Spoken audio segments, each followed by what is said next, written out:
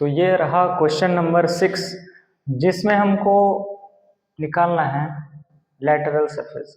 Lateral surface होता क्या है इसके बारे में थोड़ा जान लो।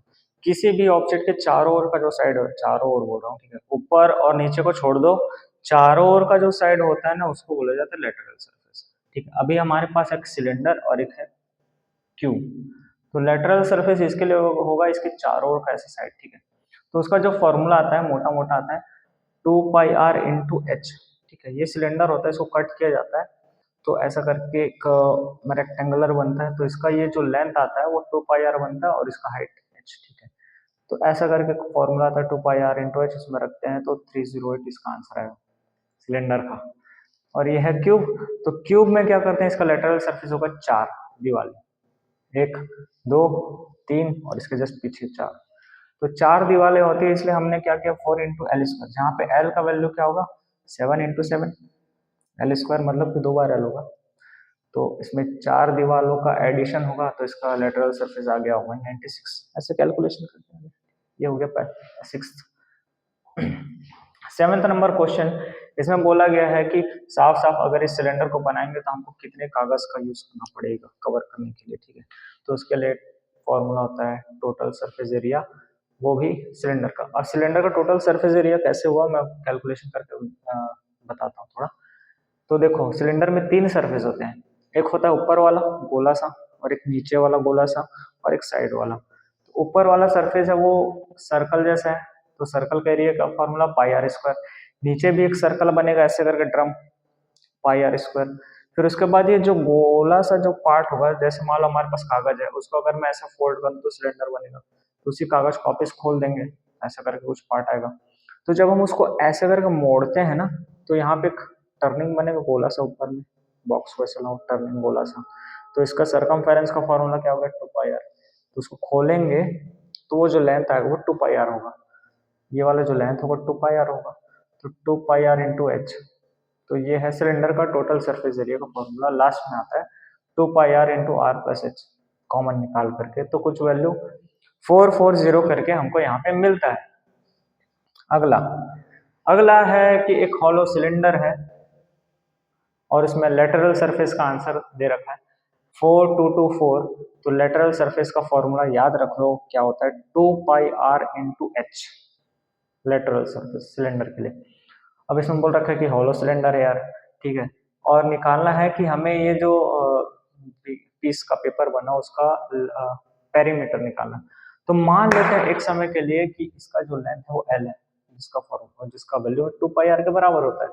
ठीक है, तो L × 33 करूंगा तो इसके बराबर आना चाहिए 4224 लेटरल सरफेस। ठीक है, तो 33 × L किए तो 4224 के बराबर आया, तो L का वैल्यू वहां से निकल के आया। ठीक है, अब मेरे पास क्या है कि एक रेक्टेंगल है जिसका मेरे को साइड मिल चुका है, एक ऊपर वाला नीचे वाला। ठीक है, तो मैंने क्या किया पेरीमीटर का फॉर्मूला रेक्टेंगल का 2 × L + b ये वाला लगा दिया। ठीक है, देखो 128 और 33 वहां पे यूज कर दिया, तो इस तरह से पेरीमीटर मेरे को मिलता है। अगला ये वाला थोड़ा दिमाग वाला क्वेश्चन था।